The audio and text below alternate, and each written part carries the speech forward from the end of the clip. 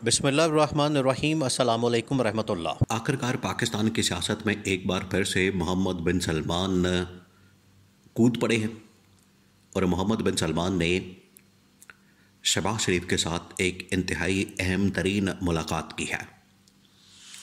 शहबाज शरीफ जब से वज़ीर आज़म बने हैं, शहबाज शरीफ ने जब से वज़ीर आज़म का ओहदा संभाला है, उसके बाद पहली मरतबा वो सऊदी अरब के दौरे पर गए हैं।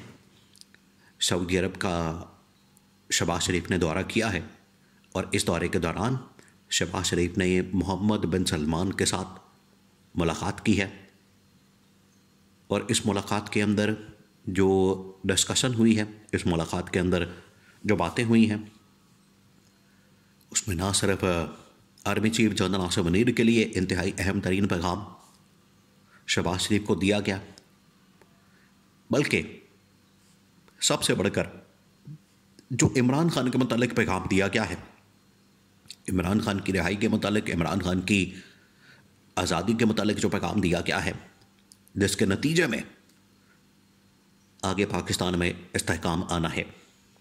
तो मोहम्मद बिन सलमान ने तो बड़ा कैटेगोरिकली इस हुकूमत को आगाह कर दिया अपनी पॉलिसी के हवाले से, अपनी सोच के हवाले से, अपने नज़रियात के हवाले से कि वो इस वक्त कहाँ और किसके साथ खड़े हैं।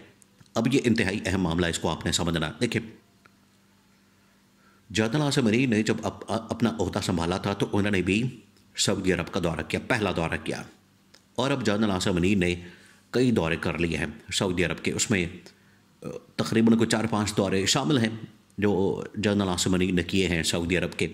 सऊदी अरब आते जाते रहते हैं, उनकी मुलाकातें होती रहती हैं, और सऊदी अरब का जो किरदार है पाकिस्तान की सियासत में वो बड़ा अहम है।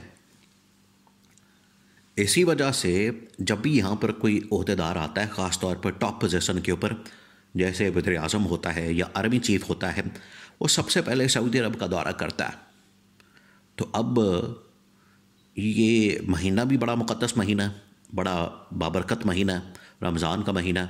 तो रमज़ान के महीने में शहबाज शरीफ ने जो आखिरी दिन है, 2-3 दिन, वो सऊदी अरब के अंदर, मक्के मदीना के अंदर गुजारने का फ़ैसला किया और साथ में मोहम्मद बिन सलमान के साथ मुलाकात भी कर ली। तो ये शहबाज शरीफ का जब से उन्होंने ओहदा संभाला है, जब से वो वज़ीर आज़म बने हैं, उनका ये पहला दौरा। पहले तो आप इस बात को समझ लें कि शहबाज शरीफ को पूरी दुनिया के अंदर कोई भी वज़ीर आज़म नहीं मानता। उसकी वजह यह है कि शहबाज शरीफ एक जाली मैंडेट के साथ, जाली वोटों के साथ, फॉर्म 47 वाले, फॉर्म 47, नॉट 45, जो 45 है, 45 है, उसके मुताबिक तो इमरान खान की कामयाबी बनती है। इमरान खान का वज़ीर आज़म बनना यहाँ पर ज़रूरी था, या इमरान खान उसके नतीजे में वज़ीर आज़म बनता है, लेकिन इमरान खान को वज़ीर आज़म नहीं बनाया गया, PTI को इक़्तिदार नहीं दिया गया, बल्कि PTI से सीटें चोरी की गई, उसका मैंडेट चुराया गया। उसका मैंडेट चोरी करके तो ये सीटें जो है वो नून लीग के अंदर, पीपल्स पार्टी के अंदर बांटी गई, और फिर उसके बाद जो मखसूस नशस्तें हैं वो भी इमरान खान से छीन के तो इनको बांट दी गई। यहाँ पर बंदर बांट लगी हुई थी, खैरात के तौर पर इनको दी गई हैं सीटें। तो जब खैरात के तौर पर सीटें दी जाती हैं तो फिर ना सिर्फ पाकिस्तानी कौम भी उनको रिजेक्ट करती है, उनको मानती नहीं, और उनको मानने से इनकार करती है, फिर आलमी सतह के ऊपर भी आपकी कोई इज़्ज़त और हैसियत और कोई आपकी औकात नहीं होती। तो पहली बात यह है कि मोहम्मद बिन सलमान कोई बड़े दिल से, बड़े कोई अंदर से शहबाज शरीफ के साथ मिलकर खुश नहीं है। उनको पता है कि ये एक जाली वज़ीर आज़म है, इसकी कोई हैसियत नहीं है, इसकी कोई अहमियत नहीं, अवाम ने इसको रिजेक्ट कर दिया और ये अवाम के सरों पर चढ़ कर बैठ गया है फॉर्म 47 के मुताबिक या जाली मैंडेट के मुताबिक। तो पहली बात तो ये। अब दूसरी बात यह कि मोहम्मद बिन सलमान ने शहबाज शरीफ को पैगाम क्या दिया। मोहम्मद बिन सलमान ने शहबाज शरीफ को इमरान खान से मुतालिक क्या कन्वे किया, जिसकी वजह से शहबाज शरीफ के 14 तबक रोशन हो गए हैं, और शहबाज शरीफ को नानी याद आ गई है कि ये इनके साथ क्या हुआ। गए तो ये वहाँ सरमायाकारी लेने, इन्वेस्टमेंट लेने, माल और दौलत इकट्ठा करने, माल पानी बनाने और पैसा इकट्ठा करने, लेकिन उल्टा जो है मोहम्मद बिन सलमान ने ये जो शराइत रखी हैं, उनका जो रास्ता है वो अटियाला जेल से, यानी कि इमरान खान से होके जाता है। मोहम्मद बिन सलमान ने शहबाज शरीफ को कहा है कि देखिए, इससे पहले आर्मी चीफ भी 4-5 मरतबा मुझसे मुलाकात कर चुके हैं पिछले 2-3 सालों में, और हमारे जो आपस के ताल्लुकात हैं उसकी पूरी एक तारीख़ है, पूरी तारीख़ है। लेकिन बदकिस्मती से पिछले 2-3 सालों से मामलात रुके हुए हैं। क्यों? क्योंकि जब इमरान खान की हुकूमत का तख्ता उल्टा गया तो उसके बाद एक जाली हुकूमत और अमेरिकी हुकूमत या फिर इम्पोर्टेड हुकूमत ला के बिठा दी गई।